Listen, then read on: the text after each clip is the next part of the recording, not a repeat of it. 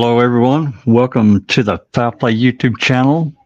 Open mic number 224.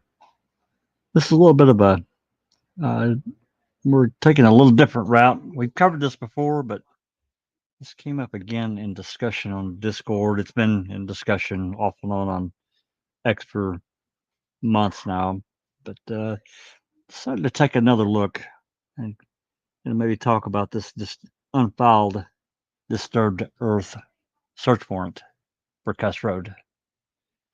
And the questions that it led us to ask.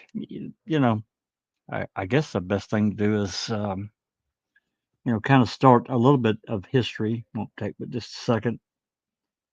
In getting these, it wasn't the intent, as far as I know, of Christina when she was trying to. What Christina was trying to do, as I recall, she basically wanted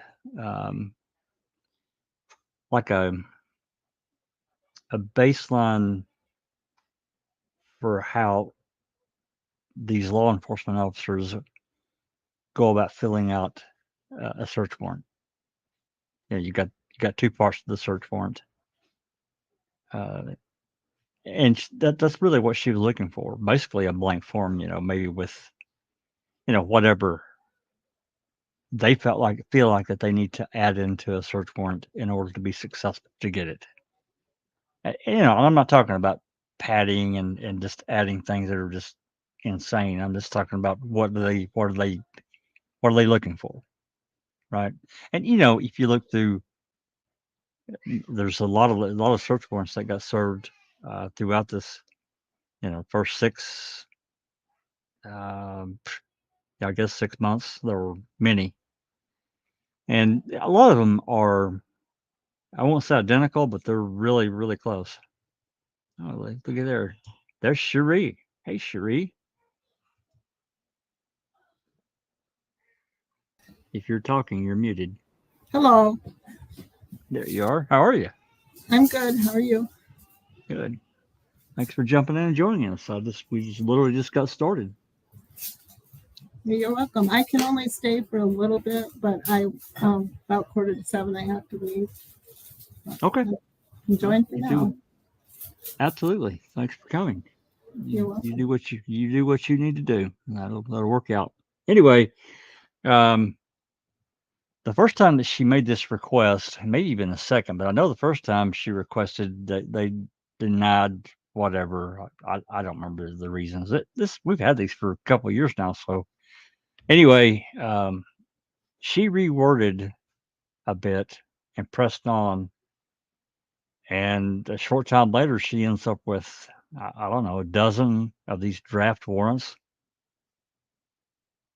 and a lot of them, if you look through them, they are basically they're not identical on the front end, but it's the affidavit that matters. It all matters, but the affidavits are where you can see some pretty significant changes between these warrants. And I just personally, I don't think that anyone read through them all. I don't think it would have ever been released had they done so. So this was in 2022 when we got that particular batch, and it was pretty eye opening, and there are reasons why it's eye opening. Anyway,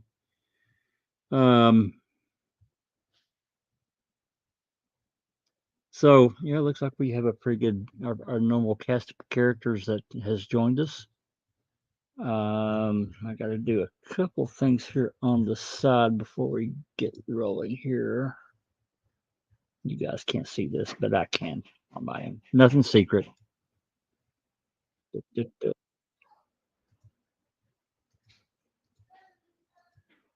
And I'll get this on the screen here just in a moment. Actually, you know what? I can go ahead and get that on the screen.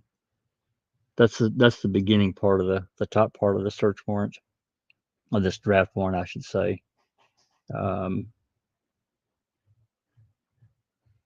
And if you read it and compare it to other warrants that are in, well, even the ones that are signed and delivered, they're basically the same. Depending on where they're at and what they're looking for, yeah, there's a few changes here and there, but overall, it's the same. So anyway, all right, I'm done with that.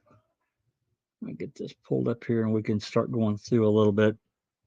Um, and I'm not going to read through all this. You can read it if you want. It's available. This is called, if you go to the Foul Play Library, and I'll put a link in the description if anybody is unfamiliar. The best way I found in looking for things in the library is to go to the search bar if you're unsure, because there's a lot of folders. There's thousands of files and so forth. The best way that I found if you're unsure where to look is just go to go to open the library and go to the search bar and type in a few words of what you're looking for. Try that route first. So anyway, all these unsigned warrants are in the library. And if you look, they're talking about the property that's owned by Todd and Carl Vandenwerf, and it tells the location of the property, Kuss Rd there, and more particularly described as a area containing cedar and other trees.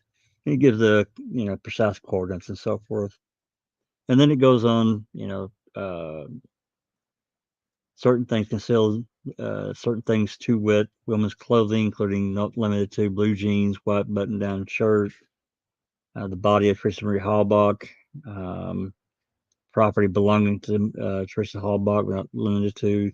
Goes on, gives, her camera, electronic storage devices, her phone, forensic evidence, not limited to, fiber evidence, blood, hair, saliva, so forth.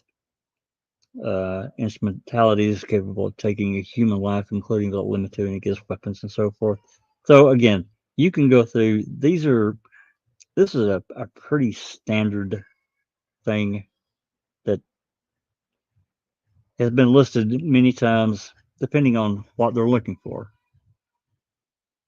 This is the important part, the affidavit. So if we look at Kuss Rd and how it came about, there were 5 or 6 search teams that got formed on the morning of November 7. Search Team A began, which is Bushman's team, had Yost and Siders. I can't remember all of them. We got that too. It's in the photographs, but the photo section. But nonetheless, there's 5 or 6 search teams. Search Team A, which was Bushman's team, started in Redon's quarry, and I think there's 6 of them in that group. But most groups had something like that, 5 or 6 gals, and they would walk a certain direction, certain length apart, 15, 20 feet, whatever it was, to cover as much ground as they could without getting too far away from each other, looking for whatever. And they had permission to search the Redon pit. But then at some point they crossed into this property at Kuss Rd. Now, look, I've never been there, but I've been told that the property line is marked. I don't know that. I'm just telling you what I've been told. I have no photographs to prove that one way or the other. Maybe if somebody goes on another trip down that direction, they can somehow kind of maybe go down the Deer Camp Road and see if they can see the property line, the marker or line, whatever that separates the Redont quarry. I heard somebody else got in trouble for going down that road. Down there, really? Well, didn't Brenda get in trouble for going? Maybe she went. Yeah, I think she was on property she wasn't supposed to be on, unless that road's been marked private property. If it's been marked, yeah, you can't. There is a sign there, and you can see the cameras.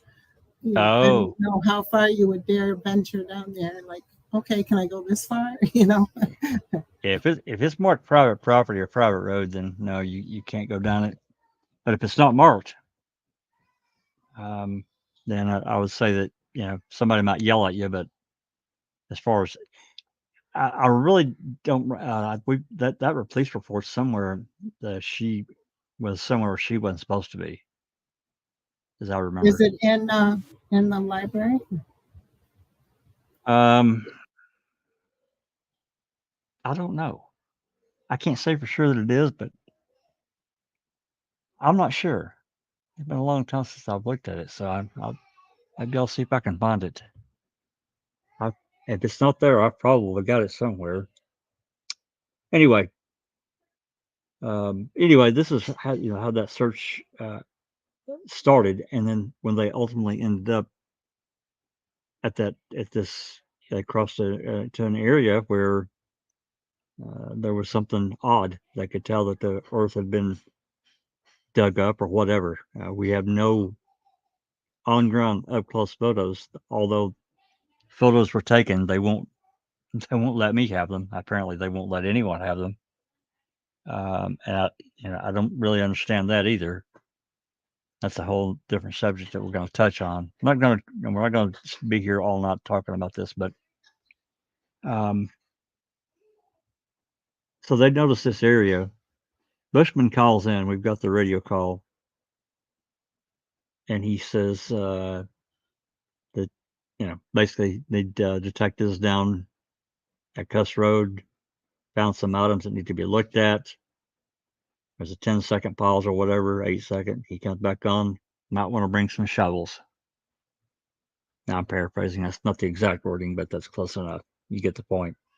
Found something you need to, looks like something been buried. You need to bring some shovels and get it uncovered. This brings in a lot of issues for me. Back when we found out long ago about Kuss Rd, I was really pretty dumb about procedures and what's really supposed to be done in order to handle evidence with care, excavate a potential gravesite. There's just all kinds of things, and they're supposed to be done in that way to protect the integrity of the case. That way, no cops can, no finger pointing can go on. There's no ambiguity. Photos are taken. There's all times even video shows everything that's being done. It can be handed to the prosecutor and shown in court. Your Honor, this is what we found. We're sure of this, this, and this, and here we are. Now I'm going to charge John Doe over here with a crime. Here's my evidence to back it up. No ambiguity. I don't, I'm gonna venture to say that Zellner has whatever photos were available that were given to Hagopian, which was Avery's prior trial appeals attorney.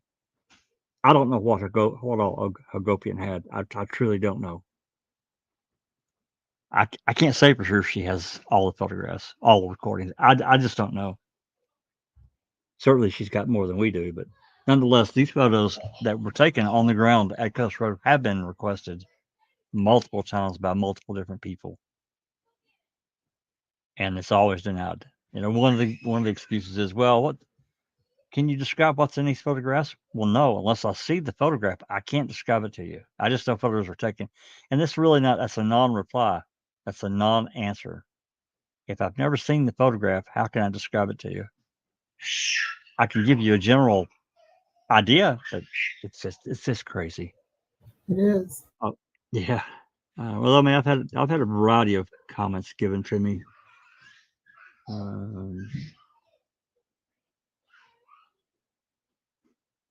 I've got a message here. We're having trouble streaming to Twitter. Blah blah blah. Okay, well, there's nothing I can do about that. Thank you so much, StreamYard. Anyway, any questions? Please put a queue up. I meant to say that earlier. I apologize. I'm just trying to go back up through here and just make sure I don't miss anything. We had a pretty good Q&A last week, kind of a spur of the moment thing.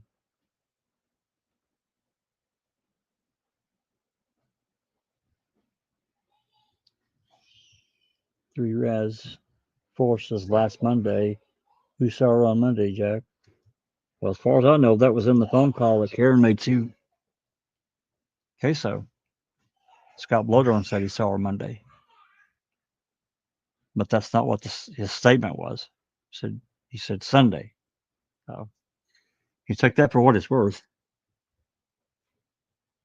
Anyway, let's move on. This unsigned warrant. It goes on and it talks about basically a lot of the things that are in so many of the other search warrants. Your affidavit is informed on November 3. Karen called in. November 4. Remaker interviewed Stephen Avery. And so forth. Anyway, number 5, your effort received information Teresa Halbach was last seen. She was wearing blue jeans, white button-down shirt, spring jacket. Evidence applied for search warrant for numerous buildings at Avery Auto Salvage property. And it goes on, and it builds a story to get what they're looking, to build their narrative. And then we get to, it's all pretty much cut and dry. It even says it right here, 3 out of 4 at this bottom line. Your affidavit is where Stephen Avery was the last. See, I thought that said Scott. My bad. Well, Stephen Avery's not the only one I saw on October 31st. There are other people too. But then we get to number 11. This is where things get interesting. And let's just read it. Well, let's start reading it out. Your affiant was also informed by investigator Tom Fassbender from the Wisconsin Department of Criminal Investigation that blood was found in the 1996, supposed to be 99, Toyota RAV4 belonging to Teresa Halbach and located within the Avery Auto Salvage compound.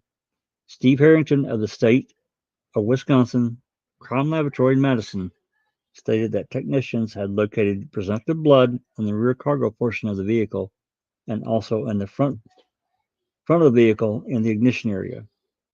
We already knew that. Steve Harrington further indicated that technicians also located visible palm prints on the rear hatch area of the Toyota RAV4. There was also a blunt instrument upon which blood was found located in the rear of the vehicle. Right? Well, everything above that line was reported in Fassbender's report that he turned in about Kuss Rd, it was turned in about his conversation with Steve Harrington. Didn't really involve Kuss Rd, but it was a lot of this was everything above this line was also included in that conversation, talking to Steve Harrington. And I can't remember the time of that call on. It was sometime. I'm pretty sure it was the afternoon of November 6th. I think that's right. Don't hold me to that, but I'm pretty sure it was around noon or so on November 6th. So this last line, this blunt and bloody instrument. Now we've talked about, many times. We've got the photo of that tower tool that came from an emergency roadside kit that we had never got before. Sunshine Christina got that from the Dane County Coroner's office. These were photos that they had. They were actually, actual photos. It wasn't a digital copy that they scanned and sent her electronically to fulfill that request. And several of those photos we'd never seen before. They're clearly taken at the crime lab, clearly, but they had never been released. Do I think they have more? Yeah, I do. I think they have many more that we've never seen, but attempts to get them have failed miserably. So thankfully, though, we did get some more. But that tire tool that's photographed there in the left, underneath the left back seat passenger side or driver's side, That comes from an emergency roadside kit. That is not the Toyota tire tool. That comes uh, with the toolkit to change your tire. Put the donut on or spare or whatever. I don't think I don't think it has a full size. It didn't have a donut. Don't know where her tire tool is. I know that they were looking for one. It's in a couple of different DCI reports. They were looking for a tire tool or missing tool from Teresa's toolkit. I think it's how it's listed in the DCI reports.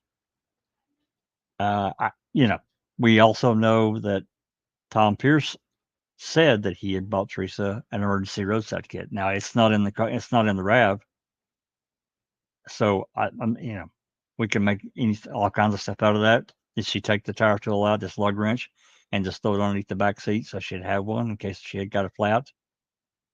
Was that emergency roadside kit in the RAV? That tire tool was taken out for whatever reason. Somebody took the emergency roadside kit with them because it had blood or some other whatever on it. I don't know. I don't know. It brings up a lot of questions, though. This blunt and bloody instrument that no one had ever heard of before. There's nothing entered into evidence. There's no testing for DNA or biological. There's no anything. Nothing. It just disappears. It's the only time it's ever mentioned. Yeah, it's a big deal to me because we can, this gets off into other areas and say, well, Uyghur's just, he's trying to get his warrant and so forth and so on. Well, remember, number one, these searchers have already been on the property and been kind of screwing around over there and saw that there's a temporary burial site. So that number one is a problem because they're on the property without permission. It's not the Redoubt property; it belongs to the Vanderwars. Legally, that becomes a real issue. And so, is Uyghur just sitting around knowing, writing this warrant, he's going to have to serve it or get these people to agree? If they say, nope, I'm going to, let's keep everything on the up and up, go ahead and get us a warrant. That way, everyone's covered. Is he just going to add stuff in? I mean, me personally, this is a pretty big bridge to add into an affidavit, a sworn statement. Just sitting around doodling and just, I'm sorry, I don't see it. I just don't. I've tried every way in the world to be reasonable about that too. Sure. Yeah, I agree. It's not like he's just sitting there. I think I'll add a blunt instrument. He must have had a reason for putting that in there. That's what I think, anyways.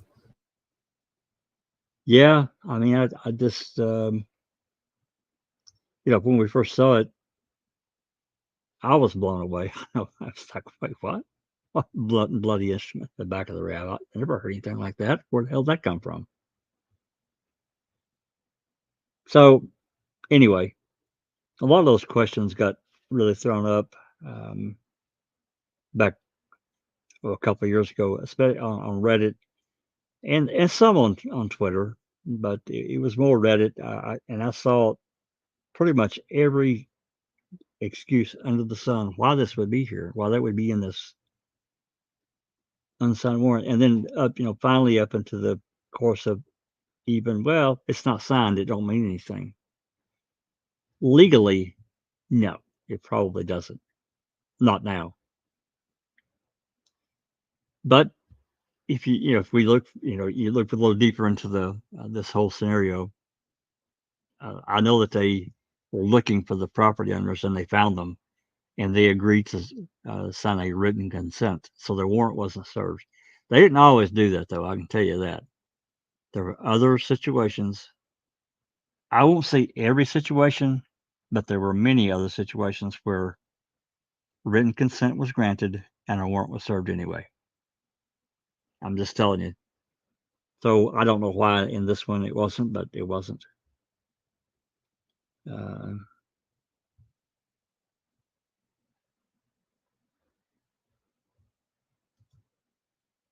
Yeah, they knew what she was wearing. Scott B saw her. How I can't answer that. I don't know. I don't know if that was a miscommunication when you know um, Karen and Dad were talking to Scott Blodorn. I don't know. It's an interesting question that I can't answer.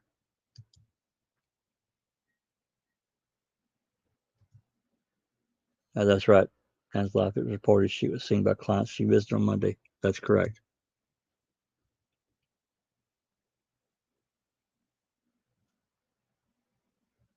Oh, you posted a photo in the Kuss Rd. I'll try to grab that here in a few minutes and we'll take a look at Yeah, it. there's one close up and then one further away to show you can see the Deer Camp Road going off to the right. Oh, okay. Yep. There you go. Okay. Yeah, I'll pop that up here in a little while. Well, anyway, just trying to be reasonable as I can be. Again, understanding that, I understand that this warrant wasn't served and it's not signed. That he wasn't signed, that it wouldn't have been signed by anyone. But if the Vanderwars had, basically said no, that's why this warrant was prepared. So, I mean, for me, the other arguments don't pass the smell test. They just don't. Again, I just can't see uh, Uyghur just adding stuff in like that. That's a big deal. This is not a small thing. It's not a small detail. Is that, Well, then I haven't read over it in a while. Is that the only statement in there that's not? no, there's other stuff too.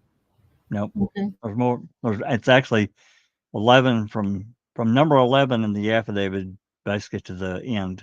All of them have something interesting in them that um, it just seems to fell off the radar. And there are some things that are not added in that I don't really understand how that happened. That they're not, but and if people are interested, actually, I've got a clip of it. I'll put up what Fallon and Kratz wrote in a reply brief to a motion they had filed in September of 2006 that bones were found there. He clearly stated it. So if that's true, there were no bones entered of any kind. There's no report for anything like that found on November 7 at Kuss Rd or anywhere else for that matter. So that becomes another problem. Maybe we'll take a look at that here in a few minutes. But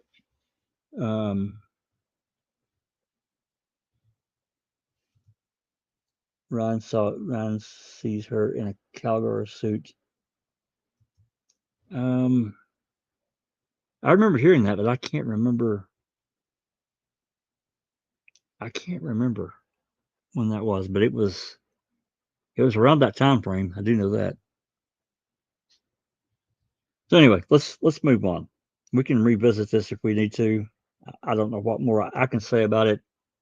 I'm certainly open to whatever opinions. Everybody has their own is entitled to their own opinion. I'm not trying to say that my opinion is the only one that's available. I'm just telling you what I believe. An officer, a veteran officer. He's been around for at least a decade at this point, maybe longer than that. I'm not. I think the early '90s is when Uyghur joined the police force. So here we are, 2005. You know, I don't know why he would. I just don't.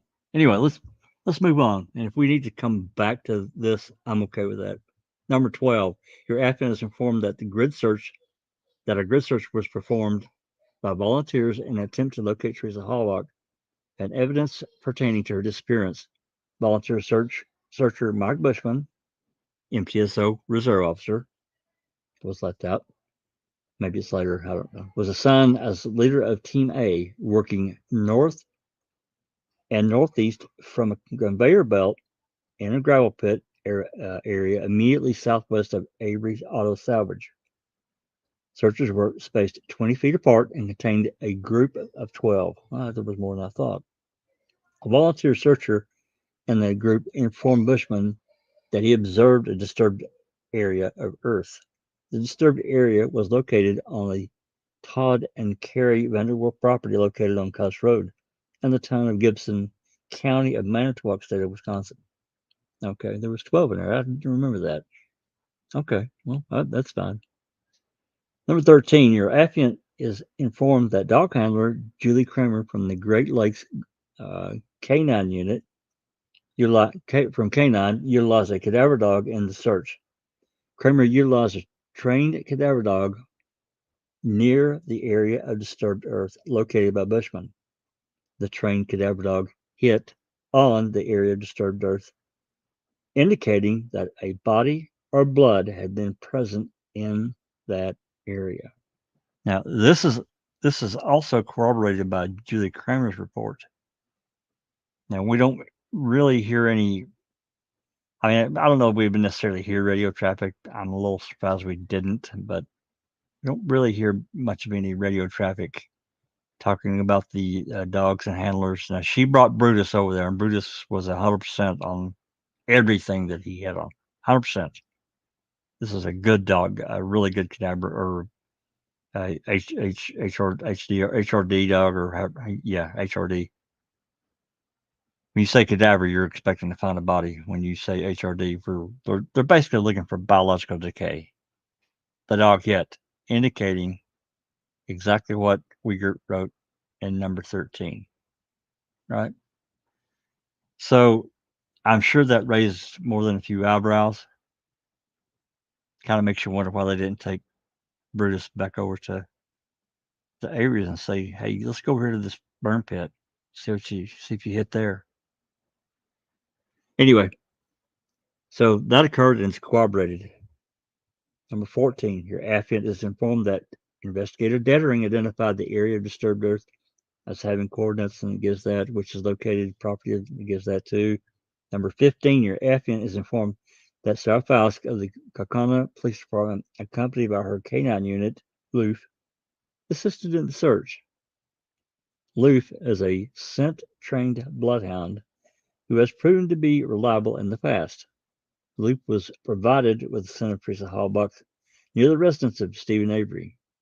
Loof detected the scent near the residence of Stephen Avery and followed it along a wood line that led in an east-west direction to Kuss Road. Now, we've all seen the photos, the overheads that Trooper McConnell took that leads right down. It's a shortcut straight across. Anyway, Loof led Sarah Fausk up to the crime scene tape, which was located in the perimeter around the area of disturbed earth. The crime scene tape was approximately 40 yards from the area of disturbed earth. And we've seen those photos. We put them up many times. And we've got photos of Loof being there. It's a little, well, I'm not going to get off into the dog stuff because that's going to lead us down a completely different path. But nonetheless, this is reported and corroborated by the photos. She was definitely there with her dog. We've got the photos. You kind of got to zoom in a little bit, but it's clearly her and Loof. Number 16, your affiant is informed by investigator John Dettering of the Calumet County Sheriff's Department that the excavation site is approximately 3 feet by 4 feet in area. The area of disturbed earth is lightly covered by pine needles, while the surrounding area is densely covered with leaves and pine needles. Investigator Dettering observed Bushman insert a flag into the area of disturbed earth.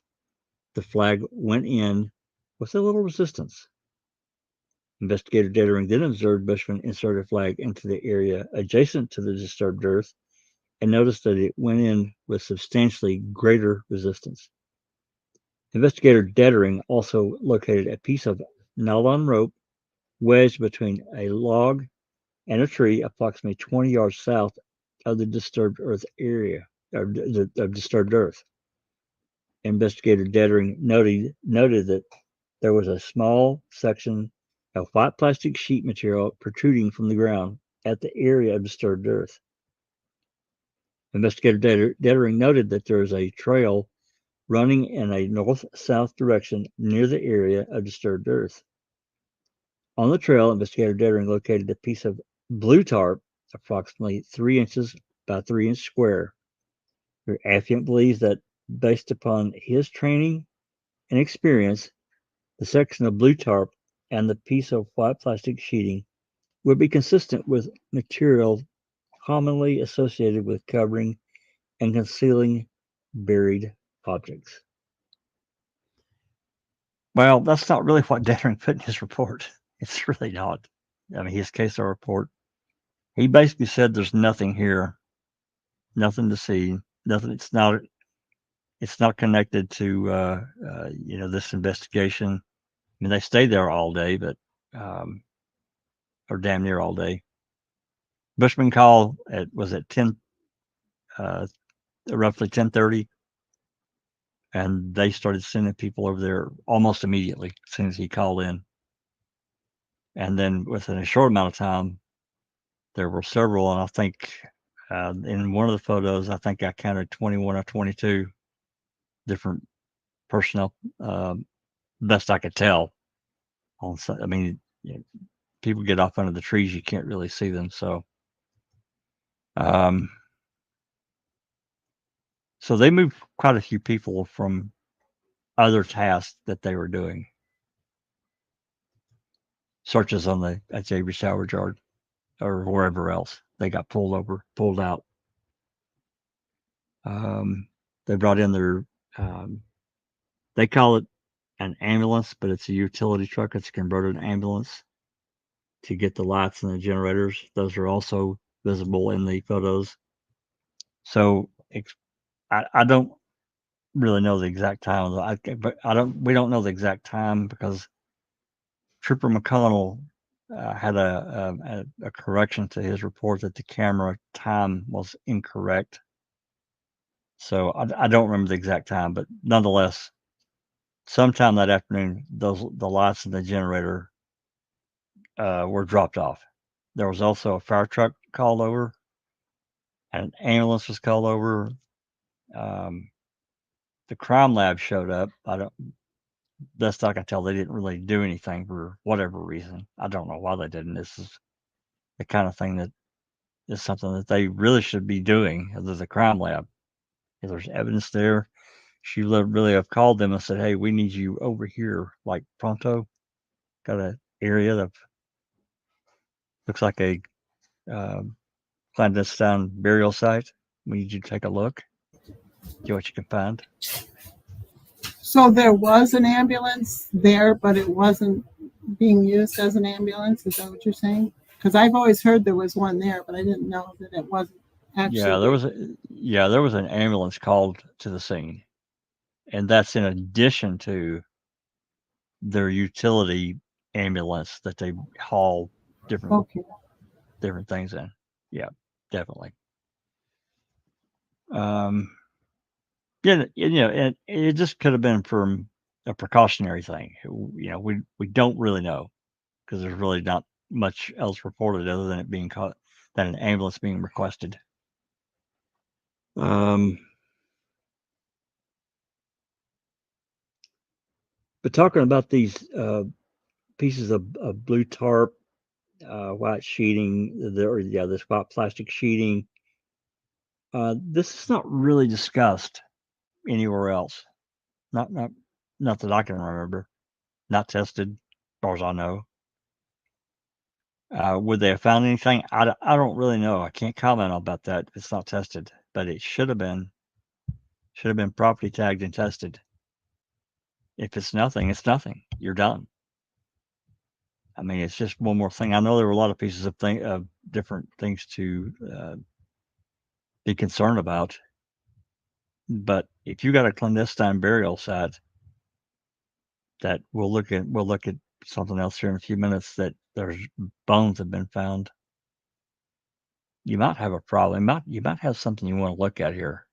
Did somebody get killed, or damaged, whatever, and killed later, wrapped up in a tarp and white plastic sheeting, and carried to a location? And it didn't even have to be Teresa. It could be whoever.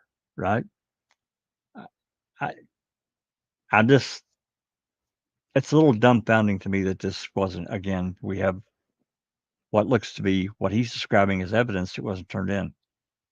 I don't remember anything in veteran report about finding these pieces of blue tarp or whatever. I don't remember any of that. I don't think it's in there actually. But anyway, let's move on.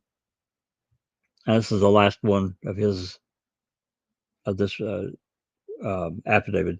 Your affiant believes, based upon the information provided in this affidavit, and based upon your affiant's training and experience, that the items listed on the face sheet of the search warrant are likely to be found in the area of disturbed earth.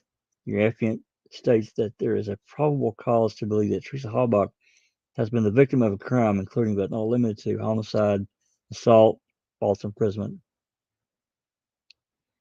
So, just a number of things here that Uyghur has put in that indicates a significant find at Kuss Rd. That's what I believe. Again, guys, everyone out there, everyone at Foul Play, make up your own mind. And I'm okay with it. I'm not going to get mad at you. We can just agree to disagree, and you have your reasons, I have mine, and we move forward. This gets into procedural policy. How should a find be handled? And as we look at this and other areas in the case, it just appears that they just, when they find something, they just start going through it, and that's really not procedure. It's just not. And I'm talking about procedure in 2024. I'm talking about procedure in 2005 of what they're supposed to do when they find X, Y, and Z. They're taught these things. It's crime scene 101. You stop immediately. You get technicians in, crime lab or whoever, specialized people to collect whatever potentially is there. That way your integrity is not questioned. Sturdivant ultimately gets called to the burn pit. What does he do? He goes over there and he looks around a little bit and he sees what he thinks is skull bones. To me, that's stopping point right there. Guys, we need to back out of here, take this off, get the crime lab here, and let them go through it or whatever.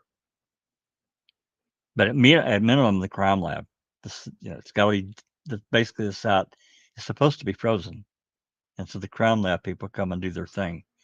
And he didn't do that at all. And this guy, you can look at yourself. I don't know exactly when he became a cop because it doesn't tell in what do you call it? He did the piece of paper that one produces when you're given basically your life history certificate. I can't remember what it's called. We've got a bunch of them though. But he does state in court that he was a Maine state trooper in 1988.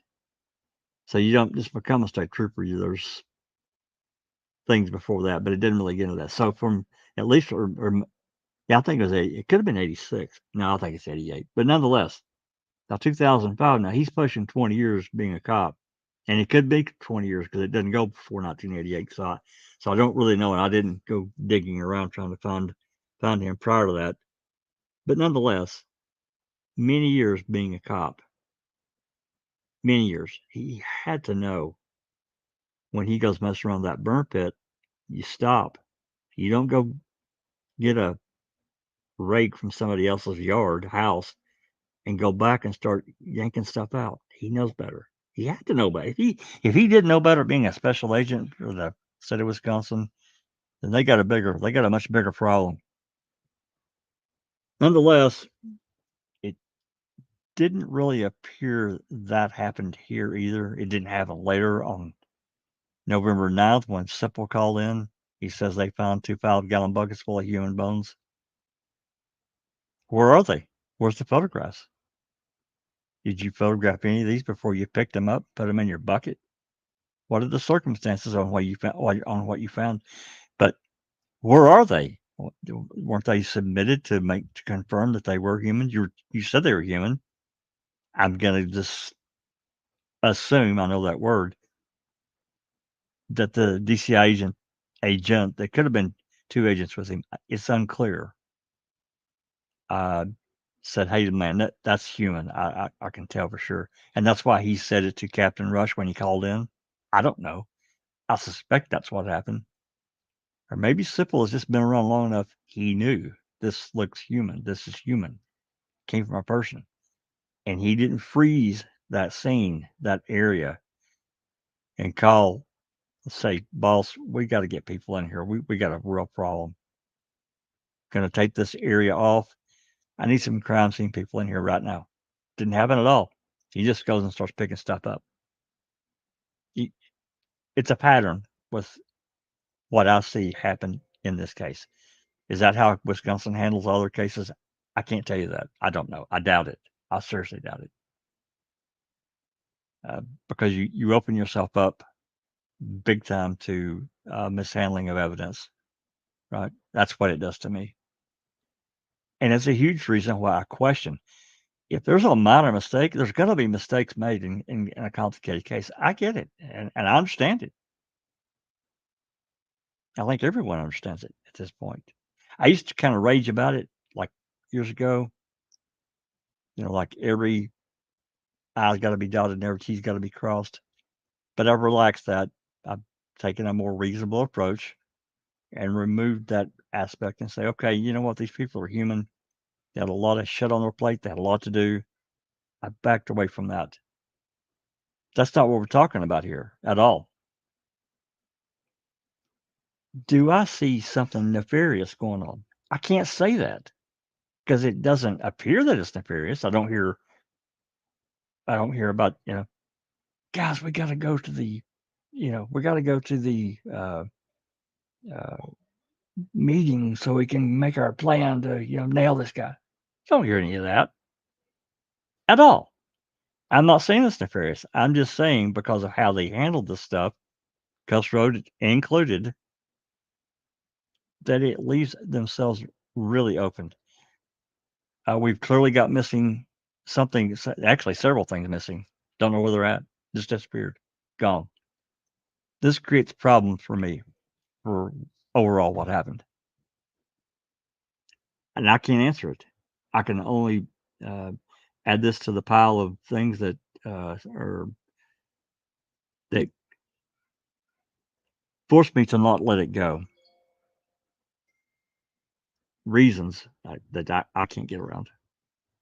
So anyway, I've been on the screen here. I'm not trying to. Yeah, sure, we had to go. Hey, there's TJ. TJ's lurking. Let me see if I've got any questions here.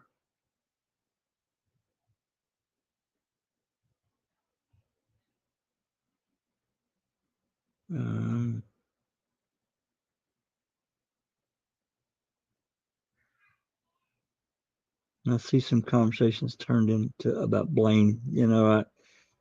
Blaine is a whole other sad story.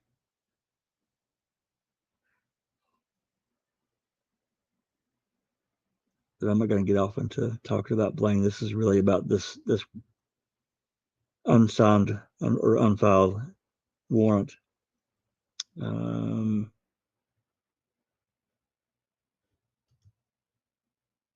Pre-rad force. Why does SWH 582 have a September sticker when Teresa got her car in April? I'm not entirely sure how they do it in Wisconsin. We've talked about this before. I don't know when I can't remember when her birthday is. Here it's, you have to renew your tags and, of course, your license, but that's every few years. But your tags come due on your birthday. It's the way it is here in Michigan. It's like that in a lot of states. I can't say that about Wisconsin, but if it is, I don't know when Teresa's birthday is.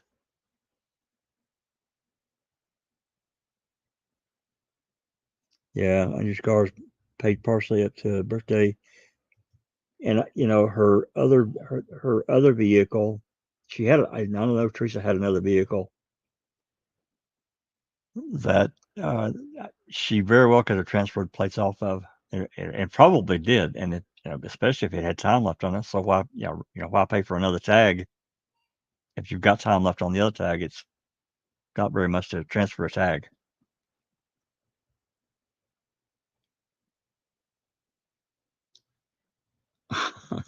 Thank you. So that's very kind. I don't agree, but that's very kind of you to say that.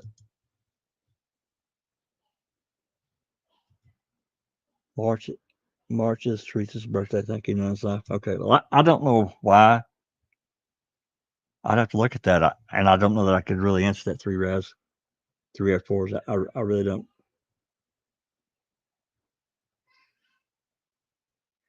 I don't know. I can't answer why they would have a September sticker on it.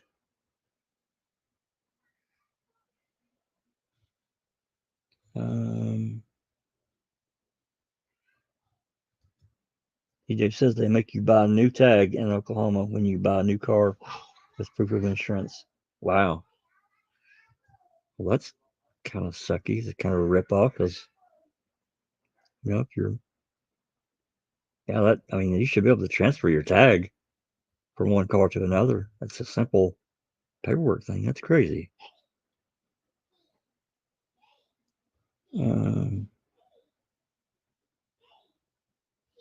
Okay. Anyway, we've had long discussions about this disturbed earth warrant and what it contains. Several pretty interesting things in it, but this blood and bloody instrument, I will tell you, there's a truther.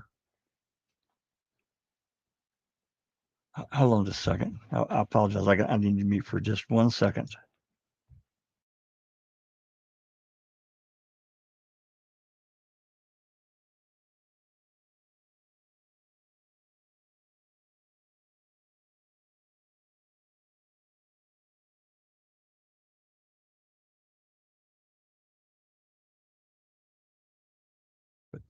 All right, sorry about that. I'm back. This blunt and bloody instrument, there's a truther in the community that as soon as this hit we publicized it, they wrote the Wisconsin Department of Justice and wanted an explanation. Where the hell is this piece of evidence? What happened to it? That email bounced from all kinds of. I've seen the email chain, and it bounced from many different people. I don't know the number. I don't remember counting it, but a lot of different people were like, and it just got past the email to this person. But at the end of it, 115, 18 emails, no answers. Can't explain it. That brings in another problem. And I hate to be accusatory, but you got to think to yourself, well, if it disappeared, what happened to it? Who took it? Who told Harrington to deep sex it or whatever? Or if it is the lug wrench that was found in the back of the RAV4 that emerged from the emergency roadside kit, was it wiped off? And don't forget, there's one more thing I'm going to bring up. Most Toyota RAV4s at that time, and I think for several years after that, this model, I can't speak about later ones, but they all came with a cargo mat of cars. I mean, the ones that are that size of Teresa's, they came with a cargo mat that was removable. It's a heavier type thing. It's got a pretty heavy backing on it, similar, I guess, to like a floor mat. And you can clearly see the blood in the back of the RAV. It ends and doesn't go down to the carpet that's underneath. That tells me that it was on that cargo mat. it's gone. You know what happened to it too. I just want to throw that out there for anyone new listening that didn't know that. It's gone, and do I know for 100% positivity that it came with a cargo mat? I don't. At the same time, why isn't there blood all over the carpet on that over there near where her head was at? Right. So anyway,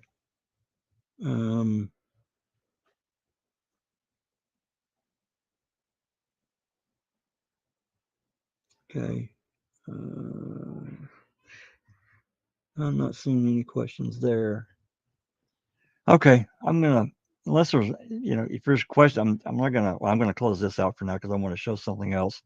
It'll take me just a second to find it, but I can only share one thing at a time on StreamYard, so I have to take that down. But I want to bring up. I want to show something else here. It's going to take me just a second to. I've got this saved. It's actually a clip. Take me just 1 second here.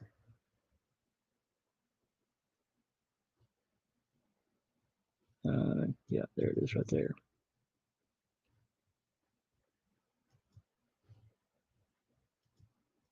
This is for things, there's just different things in the case that bother me. They won't leave my mind as to what the heck is going on here, guys. Why? All right, let me share this.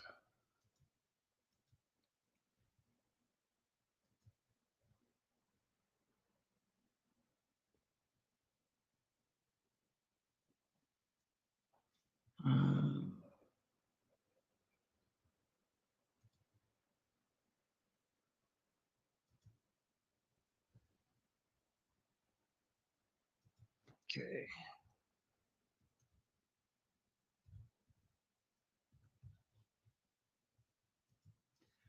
This is a clip, and I can link this to.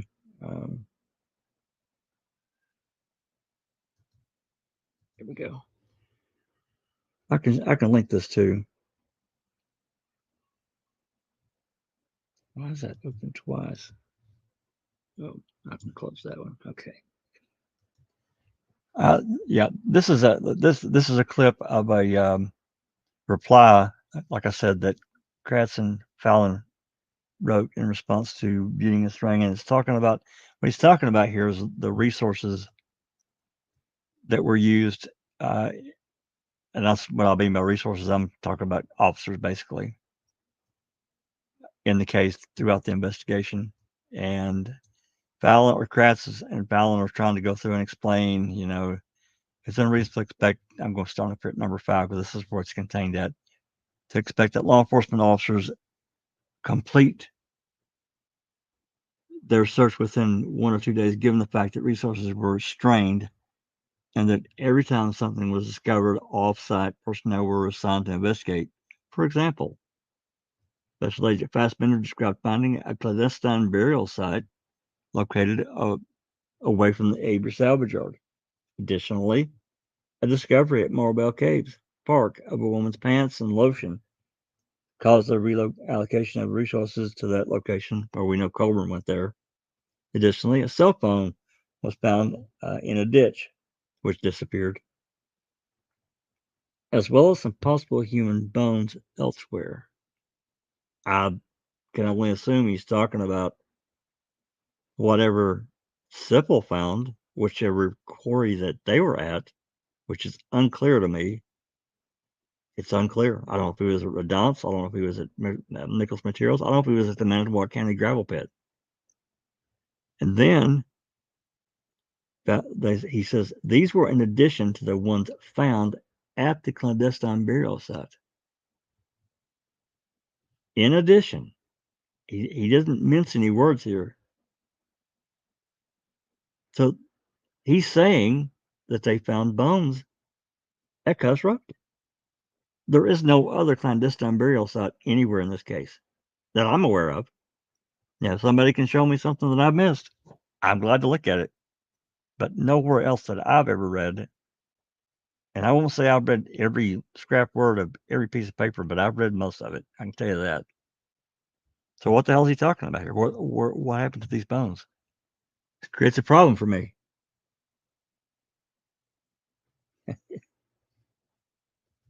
Yeah, Brendan, he was everywhere, but he's still thinking about writing a report.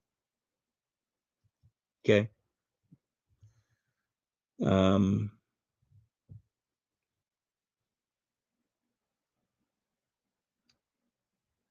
Talking about the license plate on used cars in Wisconsin, vehicle tags renewals do not expire on your birthday. Instead, they expire at the end of the month in which they were originally registered.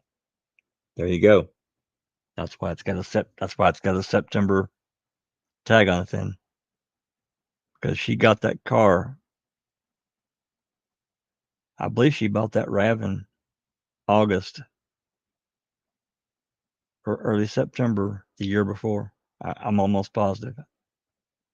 So if she bought it, had a temporary tag for a week or two, then it got registered, it would be a September tag. I can see that happening. Absolutely. Thank you very much on your scores. Appreciate that.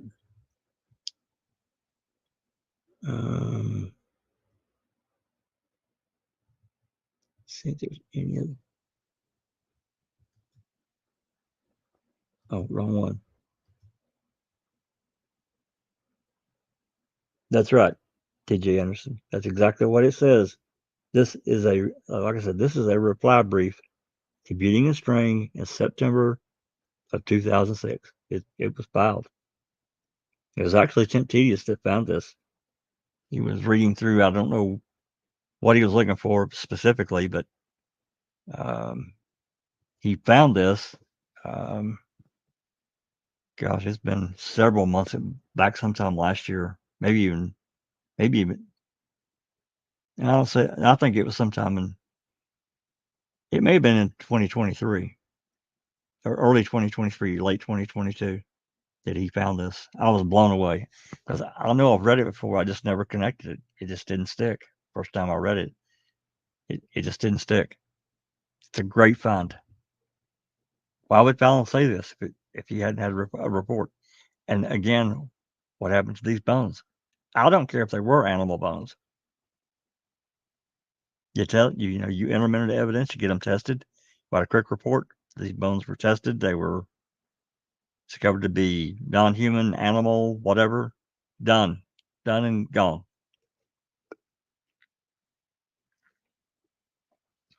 So,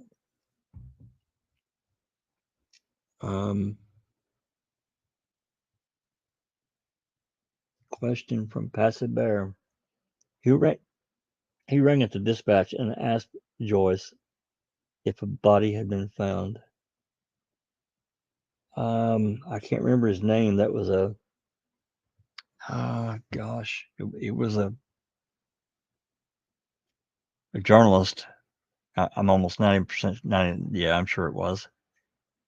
I don't think I put that call in the key calls list, but he was at a dealership or a business or something, and he said they heard it on the scanner that a body had been found, and that was around noon on November 7th. It's in the call. We've got it.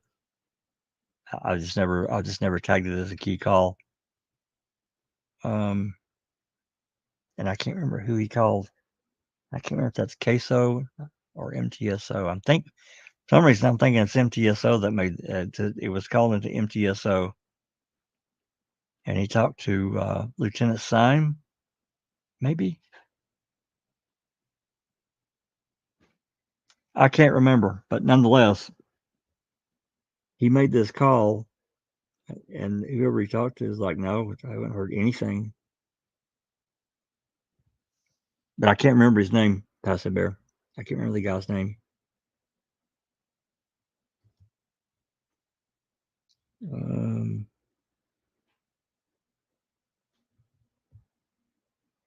No, you guys are talking about the RAV. Okay. Anyway, getting back to this.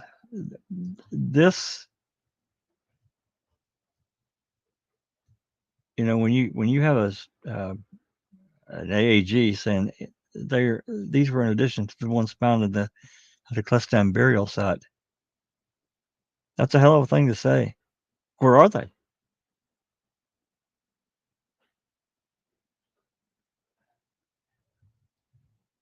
I got in somewhat of a back and forth with one of the state advocates, and they said, well, there was a footnote that explained this. No, there's really not. There's a footnote. It's not about this. It's on number 8. There's a footnote. It doesn't have anything to do with this at all. I don't know what he means. I just only know what he says. And I know that nothing that we have shows anything entered, no bones entered into evidence on November 7th. Nowhere. There was no report either. So this becomes problematic for me. The disturbed earth warrant is also problematic because of the blunt bloody instrument, and it's not just the blunt bloody instrument. It's everything involved. But it does include that. And it being about Kuss Rd. Then you have Fallon and Kratz's reply brief here talking about bones being found there that we've never seen before. There's no report for. And then they go on to talk about Julie Kramer showed up with Brutus, a cadaver dog, a human detection dog, human remains detection dog, and hits on that area. We automatically knew that he had an issue. They all had to know it. I'm sure he wasn't there alone. And then you have pieces of plastic and nylon found in that area. Now, is it connected to that? I have no idea. I just know it was found there and went somewhere, not tested. But then we end up with the story that they come out with. It was a old rotten pallet and a couple of peat moss bags that we've never seen a photograph of, not once. Never provided anything. They wanted to disconnect. To me, the state wanted to disconnect all that away from the Avery salvage yard. Couldn't be involved. Can't touch that. That's what I see. Now, that's the prosecutor's job. He's got a case he wants to get into court to prove, but he can't have jurors thinking, well, damn, maybe, something happened over at Kuss Rd that's not really being talked about. They blocked the road off all the way around. No one was allowed in or out except the mailman. Had to be ID'd. Got to show your identification. Going to write it down. They probably used 2 miles of crime scene tape, taping it off. No one was allowed near it. It doesn't seem like something as insignificant as some old plastic bags in a pallet that were allegedly buried out there at this spot for some reason. I don't know why anyone would bury a pallet in a couple of old peat moss bags, for the life of me. Knowing that it sounded dumb the first time I heard it, it sounds even dumber now. But clearly, this warrant also indicated, this unfiled warrant, disturbed earth warrant, clearly shows that Dettering was far more involved in it than what he ever indicated in his CASO report. The narrative, he just completely washed his hands of it, like he was basically, this is what he was told, but he was there, he was involved. Leaves a bad taste in my mouth because he's put his thumb on the scale, and I don't like that. So it's not just the disturbed earth warrant. I don't care if it was filed or not. To me, there's just absolutely no reason that Uyghur would have written that stuff in that warrant if it wasn't true. It's a sworn statement. If the Vanderwerfs had said, you know what, you go jump in the lake, get your warrant, or whatever, it could have easily have went that way. Now, I can't say that most people would tell the cops to do that. A lot of people will. Let's keep it legal. Let's keep everything on the level. Go ahead and give me the warrant. I don't really care if you search, but I'm gonna need you to get the warrant. you never know what could be found on your property. I, you know, it's a little bit of a hassle for them to have to go through that, but from a legal standpoint, to protect oneself, it's almost worth it. Another thing, when a law enforcement agency serves a warrant and they find things, there's a thing that happens after the fact. Now, not necessarily that would necessarily be returned, but a lot of times those warrants will have a list of items found. So I can't say for sure that they would have had to fill it out, but maybe they would. I don't know. I get really ramped up about Kuss Rd because it tells me once we really started getting a lot of this information. I mean, there was little dribbles and drabbles in the beginning. Got the right, these phone calls and dispatch calls, and then we found out how much it blew up. And then Seeking Truth got the photographs from the state troopers and Trooper McConnell, and we see all these overhead photos of all the activity going on. And look, man, I'm looking at this from 10,000 feet, as Big Jeff would say, and I'm not seeing something small going on here. I'm just not. It tells me something occurred. They found something significant at Kuss Rd. That's my opinion. Not asking anyone out there to believe it. Make up your own mind. Look at it however you want. I'm okay. It won't bother me, I promise. It won't bother anybody foully either. So,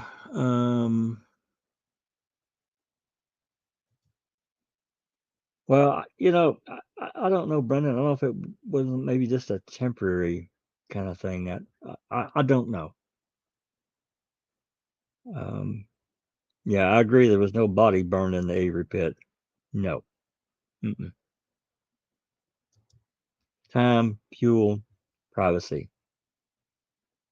Time, fuel, and privacy that has to be something. One has to have that. If you're trying to hide, you're gonna, dismember someone and burn them up to a crisp. And when I say fuel, you're gonna need a lot of fuel. We're not talking about a small amount. 4, 5, 6 tires is not gonna do it. It's just not gonna work out. You're not gonna reduce a body to what we saw there in these photos. You're not gonna do it. It's not enough. I've burnt tires before. I've burnt many tires. I mean, just regular car tires, maybe a couple of larger tires that somebody else had that I've been to that were take a few minutes longer. But a regular car tire, depending on the size, how much wood you may have on there going, it just doesn't take that long. And temperature, that's another thing. How are you going to get an open, unless you've got something that you're adding to that fuel source to get a fire that hot for hours? Sorry. Anyway, I don't want to belabor that any longer. I'm open for questions for, I don't remember this. Like I said, this came up. It was Raven that I think, or maybe that was Andy B that suggested having an open mic and having this discussion uh, about the disturbed earth,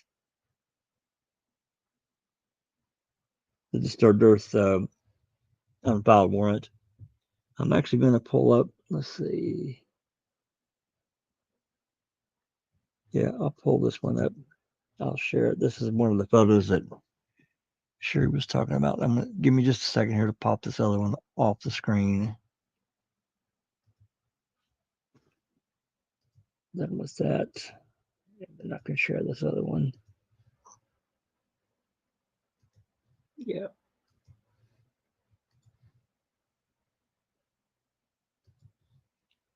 Yeah, this is the front of the entrance there. We've all saw the photos going off to there's the entrance going down to the deer camp at the end of Kuss Rd, and there's a sign back there, safety and all that. I might be able. No, I can't zoom in on it. Sorry. Maybe a little bit. I can click it.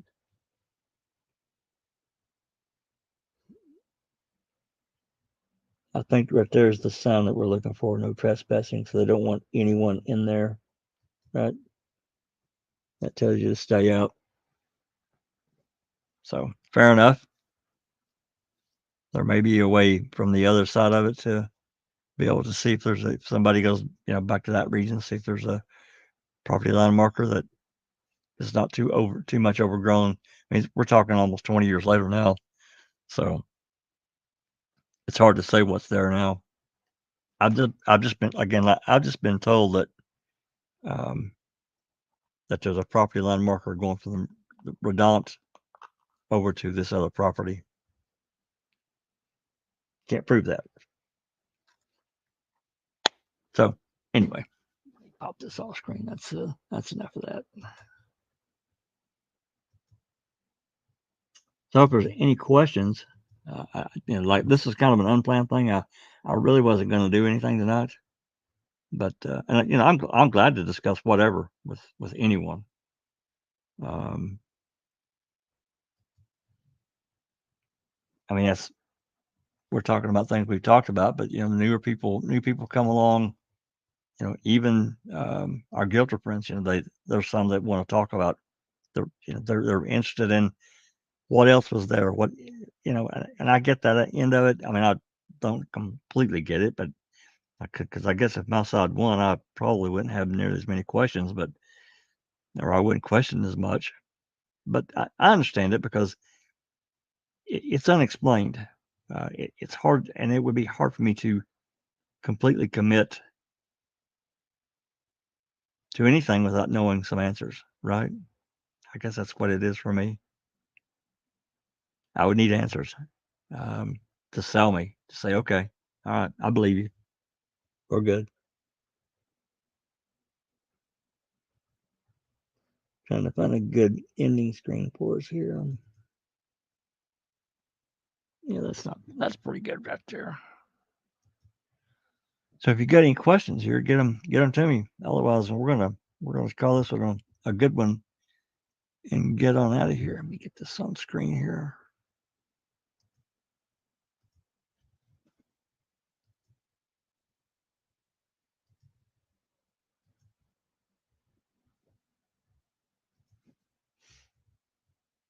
Yes, I'm looking. Let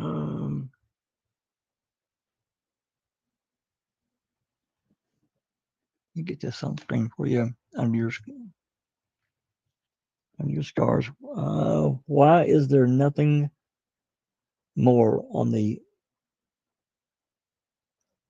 I'm guessing that's supposed to be quiet, and only Jeep leaving the Jeep and Rev going into the. Yeah, I know what you're talking about. That's from the Siebert report. I think it's Siebert. That I can't answer. I don't know how much they dug into that, but I can't answer that one. Under your scars, I don't know.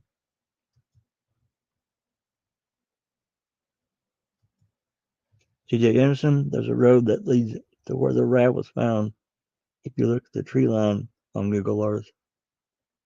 Yeah, well, I don't know from a historical data standpoint, because there's a berm there,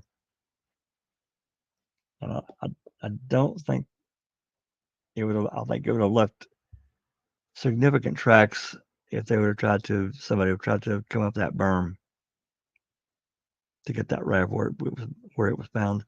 Now there are other ways into there, coming from more towards the conveyor road. That area, there's a ways in. There's across the field is another way in. So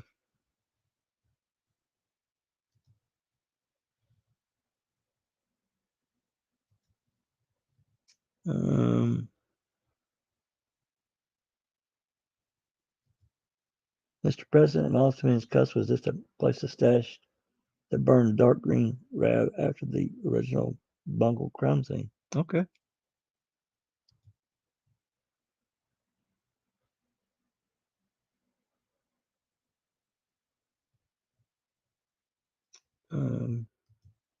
That's fine if you want to put it in caps. I'm okay with that. Hey, there's JD. What's up, JD? How you doing, man?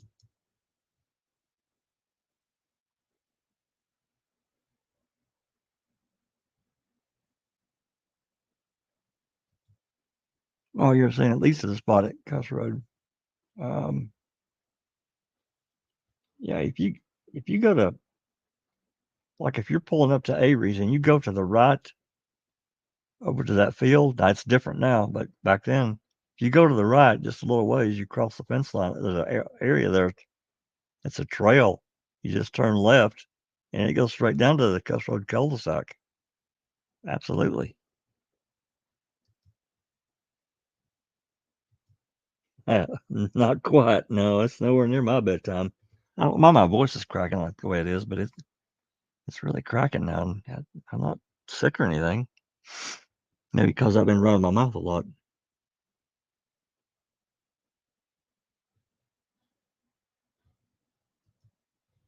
Corey says the blunt object was waiting for Kathleen apparently to prove everything but nothing. Well, I mean, we didn't know about it until 2022. You know, she didn't include it in any of her filings. I can't say why she didn't. I don't know. I don't know. No idea. Um, I wasn't in contact with her about it at all.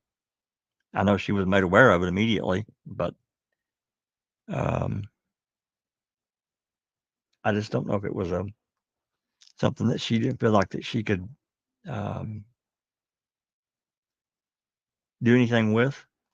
But I mean, I'm not a lawyer, and I don't have Shree's ear now, but I believe I would have tried. I think I would. I'd like to think I would.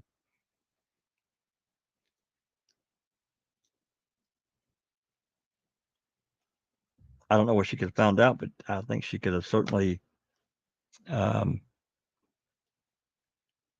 put some pressure on the DOJ, the crime lab, Steve Harrington, um, see what he had to say about it. I mean, it ends up.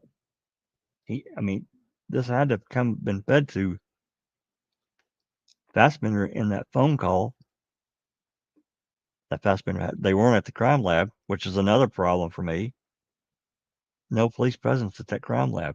You got a locked car that that's allegedly belonging to the victim, and you don't have a police officer there waiting for when they open it, so you can not go in it, but to observe what's found immediately.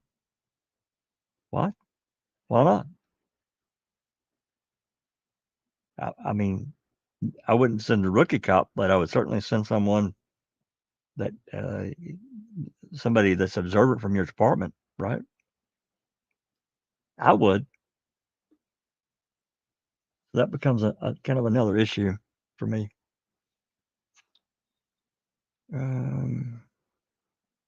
What else we got here?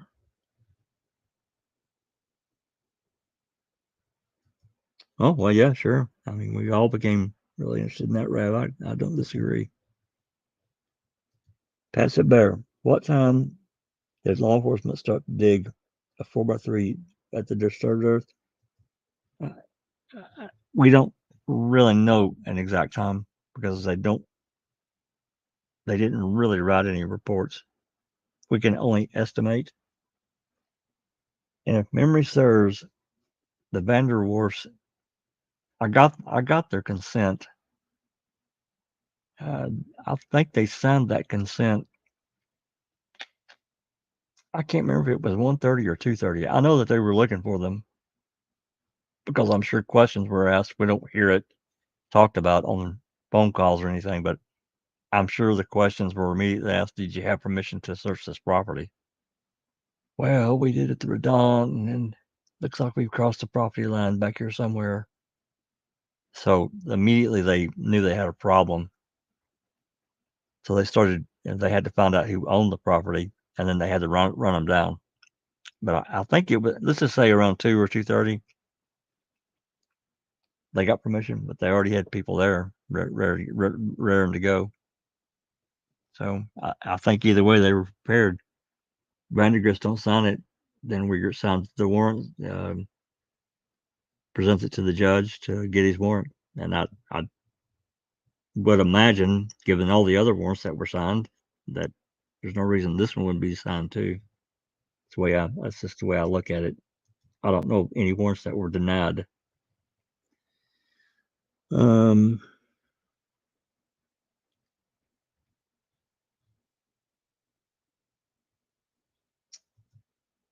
Yeah, that's a real problem too on your scars. Why no DNA on the key or fob? Why none of Avery's blood if he was actively bleeding off that finger? Why no blood on that at minimum that fabric area? No blood.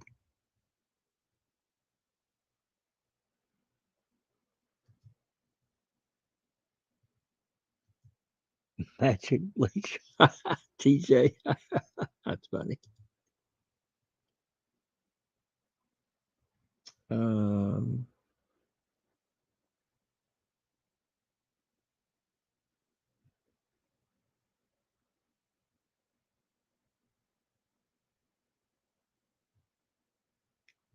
I'm looking to see if I missed anything.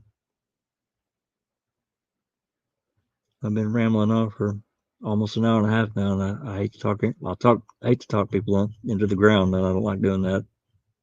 Not about me. I just question things, you know. I continue to try to question things in a different way, looking at what happened here, looking at events, and I guess from just trying to understand how police work and procedure is supposed to go, and what actually occurred. And then I'll see these things that I see a beginning event, and nothing. I see no end result. That being like what we're talking about now. We don't have anything. We're left holding an empty bag. That presents a problem for me. Or we have an end result that we don't know how they got there. As in, like Sipple's November 9th call is kind of both wrapped up into one, because he calls and reports it.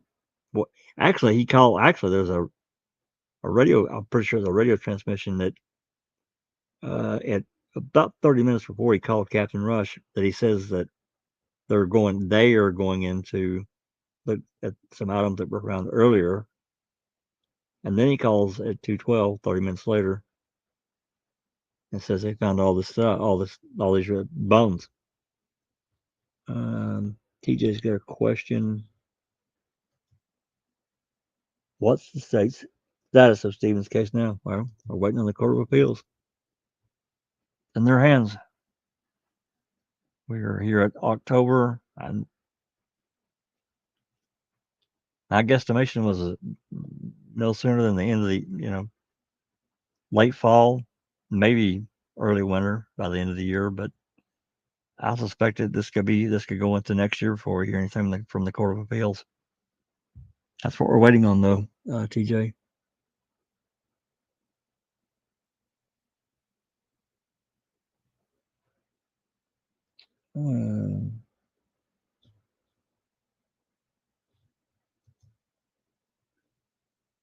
Yeah, that's right. Bushman did say you want to bring some shovels or whatever he said. So that tells me he found an area that needed to be looked at. Bushman's a veteran cop too. He's a reserve cop, but he's been around. He knows the game of how this is supposed to go. Yep, no blood on the battery. No blood on the battery cables. Hood prop, nothing. Nothing. Yep. That's right. Okay. Any more questions before we jump out of here?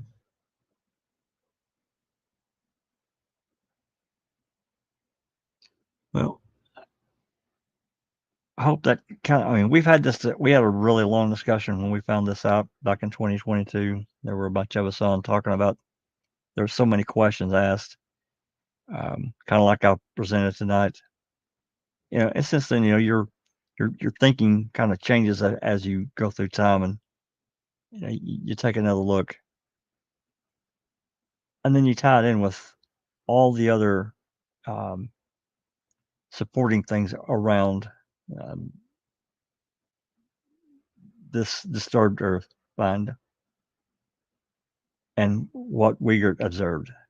Again, I don't particularly like how he did his job. At the same time, I don't think he intentionally would write an affidavit and lie in it. I just don't think he would do that. He might, but I just don't think he would. I've read a lot of the warrants, and I didn't see that. I just didn't. Now, certainly, he wasn't the only one that wrote warrants. There were warrants from all kinds of people, many different officers involved.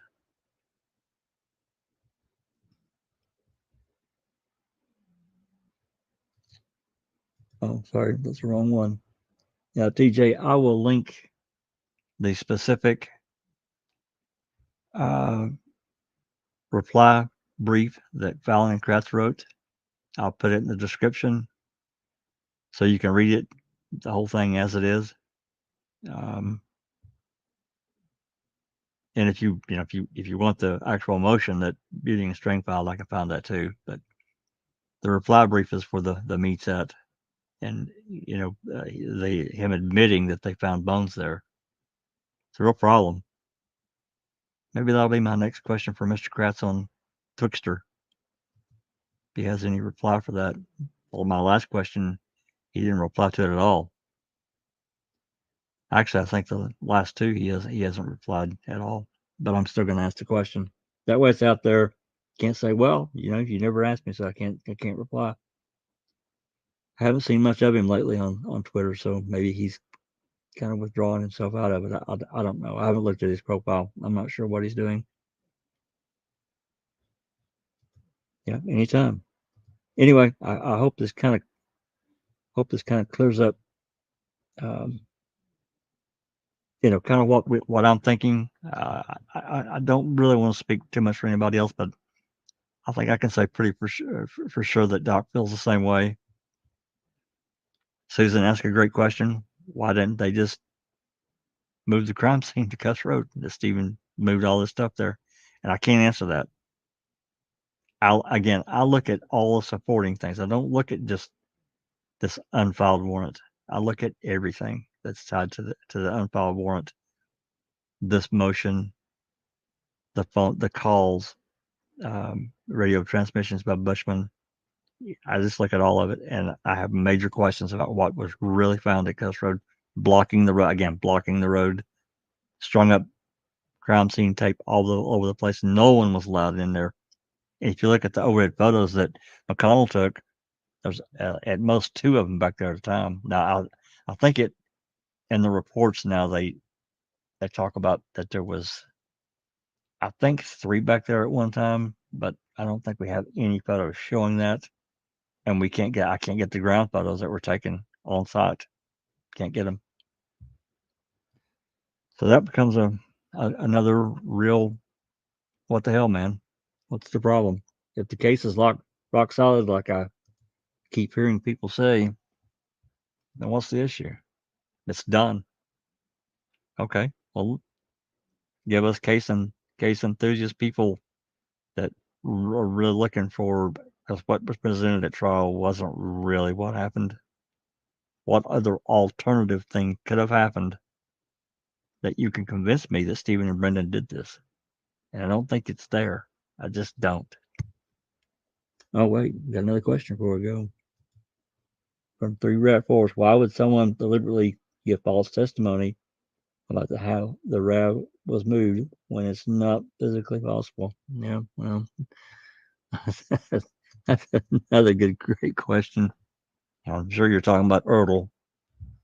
So, yeah, I think Henberry did a pretty stupendous job in his dissection of all the reporting that we have and the mechanical issues surrounding it with the RAV4. It opens up a whole other area that I can't explain. I can't. I'd like to be able to.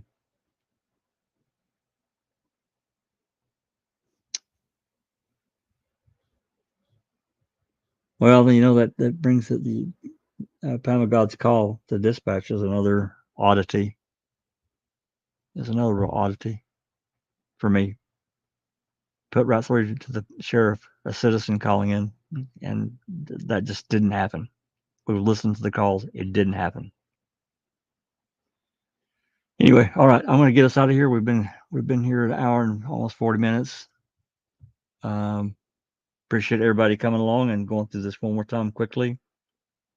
I will add the documentation. I'll put the disturbed earth unfiled warrant and that other document I told you about, TJ, the motion brief from September of 2006. Anybody wants to read it, and that way you can do your own research. If you have any other questions or research you want, put it in the comments after the video is uploaded. I'll try to get that for you and get it linked.